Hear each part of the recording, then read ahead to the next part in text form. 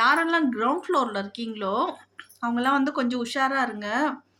ஏன் சொல்கிறேன்னாக்கா, பூச்சிங்க வந்து நடமாட்டம் வந்து ஜாஸ்தியாக இருக்கும். ஏற்கனவே வந்து ஒரு ஃபேமஸ் யூடியூபர் பார்த்தீங்கன்னா தெரியும்.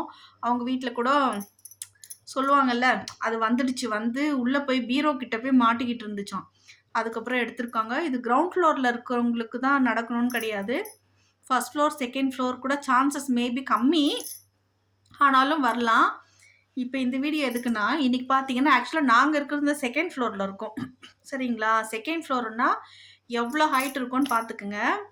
ஆனா பார்த்தீங்கன்னாக்கா, செகண்ட் ஃப்ளோர்ல குளிக்கலான்னு பாத்ரூம்குள்ள போறேன். அட்டைப்பூச்சி. என்னோட கட்டை விரல் சைஸ் பாருங்க. இந்த சைஸ்க்கு வந்து அட்டைப்பூச்சி. அதுவும் அந்த அந்த தண்ணி போற ஜாலி இருக்கும் பார்த்தீங்களா? குளிக்கிற தண்ணியெல்லாம் போகும்ல ஜாலி. அந்த ஹோல்ஸ் எவ்வளோ இருக்கும்? குட்டியா தானே இருக்கும். அது உள்ள இருந்து அந்த அட்டைப்பூச்சி இவ்வளோ பெரிய தடி, இவ்வளோ தடியா இருக்குங்க அந்த அட்டைப்பூச்சி.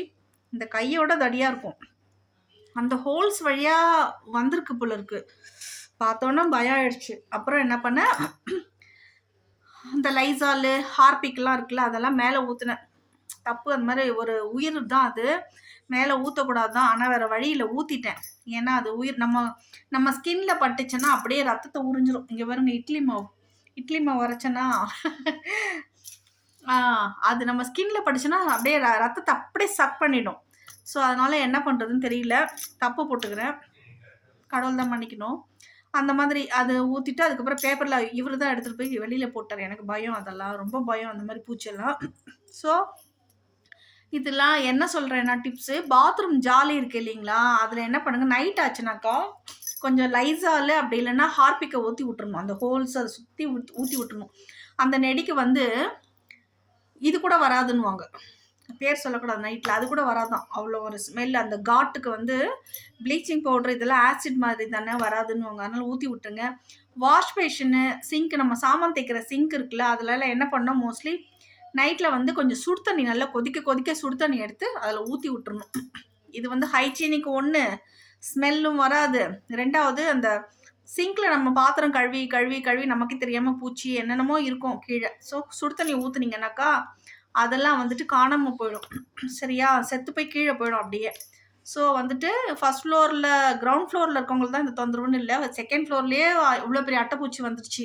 அப்போ அந்த பைப்பை வந்து எந்த அளவுக்கு க்ரிப்பாக பிடிச்சி பிடிச்சி பிடிச்சி மேலே ஏறி இருக்கோன்னு பார்த்துக்குங்க. ஸோ எல்லோரும் உஷாராக இருங்க. பூச்சி பொட்டெல்லாம் வரும். குழந்தைங்கள பத்திரமா பார்த்துக்குங்க. சரிங்களா? அதனால் வந்து அதுக்கு தான் இந்த வீடியோ போட்டேன். இன்னைக்கு பார்த்தேன்னா அதை ஃபோட்டோ எடுக்க மறந்துட்டேன். எனக்கு பயமாக இருந்துச்சு. ஒரே ஓட்டம் ஓடிட்டேன் நான் வெளியில். அப்புறம் அந்த மருந்து மட்டும் இப்படி ஊற்றிட்டு ஓடிட்டேன். அதுக்கப்புறம் இவங்க எடுத்து க்ளீன் பண்ணாங்க. ஸோ சிங்க்கில் இதுலலாம் ஹாட் வாட்டர் ஊற்றுக்குங்க. பாத்ரூமில் அந்த ஜாலியெல்லாம் வந்து கொஞ்சம் லைசால் அந்த மாதிரி ஊற்றிட்டு இது பண்ணுங்க. அப்புறம் முக்கியமான ஒரு விஷயம் என்னன்னு கேட்டிங்கன்னா, சப்போஸ் ஊருக்கு எதனா போகிறீங்க அப்படின்னாக்கா, டாய்லெட்னா தெரியும்ல, டாய்லெட்டை தயவு செஞ்சு ஒரு பலகை, அப்படி இல்லை வெஸ்டர்ன் டாய்லெட்டாக இருந்தால் அது மேலே வந்து க்ளோஸ் பண்ணுற லிட் இருக்கும். லிட்டை போட்டு மூடிடணும். மூடிட்டு மேலே பக்கெட் வச்சுருங்க. இல்லை நார்மல் இந்தியன் டாய்லெட்டாக தான் இருக்குது அப்படின்னாக்கா, ஊருக்கு கிளம்புறதுக்கு பூட்ட தான் போகிறோம், பூட்ட போகிறோன்ற டைமில் நல்லா அதில் ஹார்பிக்கை ஊற்றிடணும். ஓகேவா? ஊற்றிட்டு ஏதாவது பலகை இருந்தால் கூட மூடிட்டு போங்க, திறந்து வச்சுட்டு போகாதீங்க. முக்கியமாக இந்த கிரவுண்ட் ஃப்ளோரில் இருக்கவங்களுக்கு தான் இந்த அட்வைஸு. ஏன்னா வந்துட்டு செகண்ட் ஃப்ளோர், தேர்ட் ஃப்ளோரில் வரதுக்கு சான்சஸ் இல்லை. கிரவுண்ட் ஃப்ளோரில் இருக்கவங்களுக்கு ஈஸியாக அது வந்துடும். நான் ஒரு விஷயமும் பார்த்தேன், டாய்லெட் வழியாக தான் அது வந்துச்சு. இது ஓகேவா? ஸோ வந்துட்டு சிங்கில் வந்து ஹார்பிக்கு, லைசால்லாம் ஊற்றிட்டு மறக்காமல் போங்க. ஊருக்கு போகிறப்ப மூடி வச்சுருங்க. ஏதாவது ஒரு பலகை வச்சு அதை மூடிட்டு போயிடுங்க. டைட்டாக கல் வச்சு மூடிடுங்க. அதே மாதிரி ரிட்டர்ன் வந்துட்டு ஒரு 15 நாள் 20 நாள் கழிச்சு வந்தால் கூட மெதுவாக ஓப்பன் பண்ணி பாருங்கள். சடக்குன்னு போய் திறக்காதீங்க. சரியா? இதெல்லாம் தோணுச்சு அதனால தான் நான் வந்து உங்ககிட்ட ஷேர் பண்ணிகிட்ருக்கேன். உஷாராக இருங்க. ஒரு இது மாதிரி அட்வைஸ் மாதிரி சொல்லலாம்னு தோணுச்சு, அதுக்கு தான். சரிங்களா? வீட்டை சுத்தபத்தமாக வச்சுக்கணும் மழை காலத்தில் மட்டும்.